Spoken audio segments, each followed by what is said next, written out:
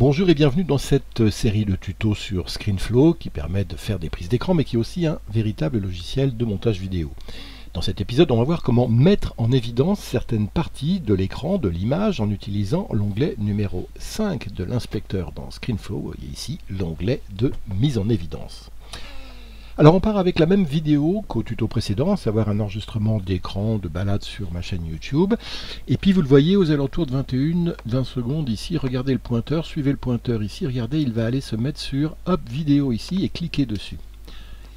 Ce que je veux faire, c'est accentuer l'effet du clic sur le mot vidéo, le mettre en évidence pour que tout le monde le voit bien. Alors pour cela, je vais me mettre au moment où le pointeur arrête un petit peu, par là, quand il arrive, il se transforme en main ici. Et puis je vais cliquer dans l'inspecteur de mise en évidence ici sur Action. Par défaut, j'ai une mise en évidence qui dure 5 secondes. La durée par défaut se règle dans les préférences comme on l'a déjà vu dans les tutos précédents, mais on pourra aussi ajuster cette durée dans la timeline par la suite. Par défaut aussi, la mise en évidence, c'est un cercle, vous voyez, qui suit le pointeur. Regardez, si je suis un peu, si je lis tout ça, regardez, ça suit un petit peu le pointeur comme ça. Et le reste de l'écran est grisé. Une fois passé le clic sur le mot vidéo, le pointeur par ailleurs, vous voyez, hop, et là je peux m'arrêter, je peux rétrécir ici, vous voyez ma mise en évidence. Et voilà une première mise en évidence, vous voyez, hop, on accentue bien sur le vidéo. C'est un des réglages possibles, mais on peut aller plus loin, on peut l'améliorer. Regardez par exemple, en posant ma tête ici au milieu pour bien être sûr d'être sur l'action. Je vais baisser l'opacité de 75, c'est l'opacité, en fait pas l'opacité, mais plus j'en ai ici, vous voyez, je cache l'arrière-plan, et là au contraire, en le baissant, je le montre. Alors là, vous me direz, il n'y a plus de mise en évidence, mais vous allez voir, on va faire autre chose. Je joue sur le zoom avant, ici, et je grossis le rond autour du pointeur.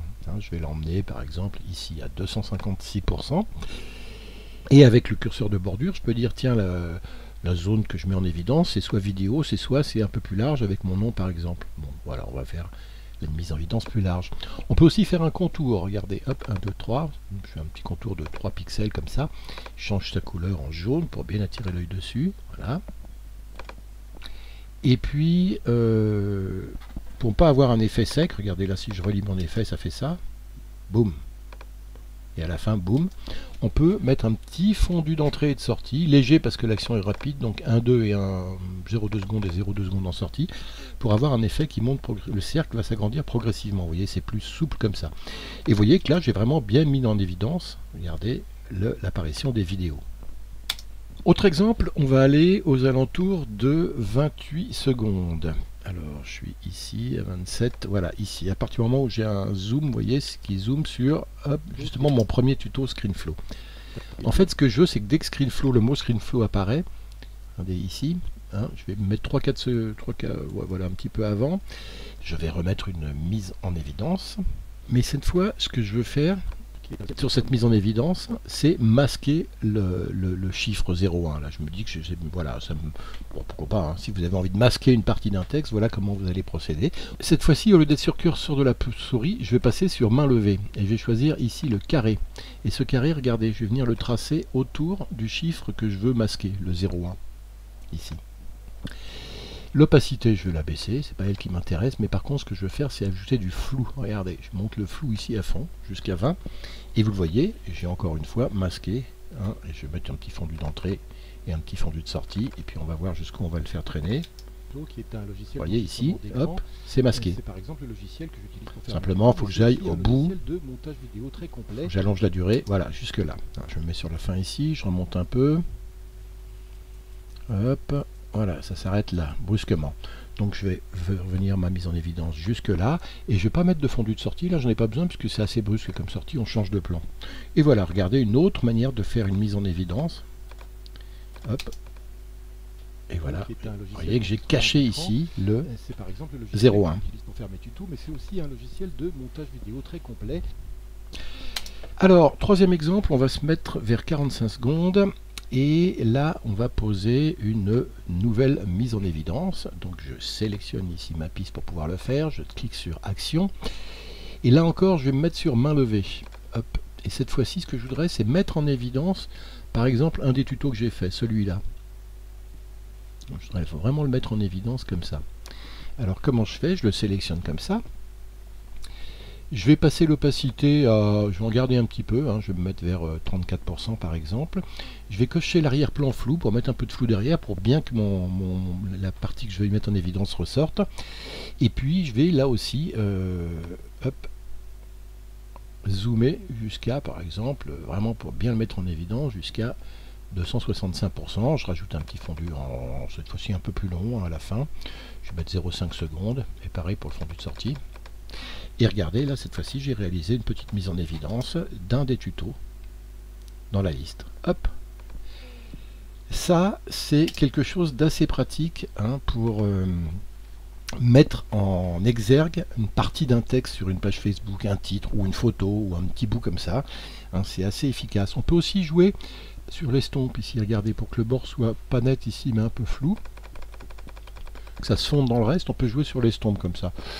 Moi, j'aime moyennement. Par contre, ce que j'aime bien faire, c'est rajouter une petite ombre, comme ça peut être sympa. Et l'ombre, on règle le flou derrière. Là, j'ai pas de flou du tout, vous voyez, sur l'ombre, c'est bien d'en mettre un petit peu. On peut en rajouter beaucoup, moi je trouve qu'un tout petit peu comme ça, c'est pas mal. Et si je relis mon effet, regardez.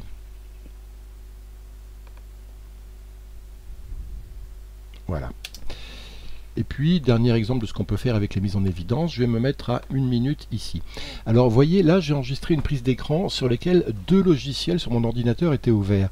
YouTube, à gauche avec ma chaîne vidéo, et puis à droite ici, iTunes. Et à ce moment de la prise d'écran, c'était iTunes qui était actif à l'écran. Donc, je pose une mise en évidence, encore une fois ici. Je sélectionne cette partie, je fais action, et cette fois-ci je vais prendre fenêtre de premier plan. Et vous voyez en fait le fait de choisir fenêtre de premier plan, ça me met en surbrillance, hein, la fenêtre de premier plan, c'est-à-dire en fait le logiciel iTunes qui était actif au moment de mon enregistrement. Alors après, bon, on peut s'amuser encore une fois à personnaliser un peu cette surbrillance, elle est pas mal comme ça, hein, faut ajouter un petit peu d'un 0,3 et hop, par exemple, mais on peut aussi, qu'est-ce qu'on peut faire, voilà, ici, on peut ajouter une petite estompe si on veut que les bords soient flous. Bon, c'est pas terrible, donc je vais pas le mettre. On peut aussi arrondir les bords. Regardez, on peut mettre par exemple un arrondi. Voilà, on peut faire un arrondi un peu plus large, regardez ici, et au lieu que la fenêtre soit carrée, vous voyez, je l'ai un petit peu arrondi ici. Comme ça, on peut mettre un fondu d'entrée et de sortie, par exemple, et regardez l'effet cette fois-ci. Hop, mise en évidence de la partie de l'écran sur laquelle je travaillais. Donc vous voyez l'ensemble des effets qu'on peut faire avec la mise en évidence. Il y a par exemple l'effet sur le pointeur, comme ça, pour grossir une partie. On peut encore ici faire cacher une partie de l'écran, hein, avec le floutage, en utilisant le floutage. Ici, on peut vraiment sortir, mettre en exergue une partie de l'écran, une phrase ou quelque chose comme ça. Et là, on peut mettre en exergue une des fenêtres quand on travaille sur plusieurs logiciels à la fois sur un écran. Voilà, c'est tout pour aujourd'hui. À vous de jouer. Merci et à bientôt.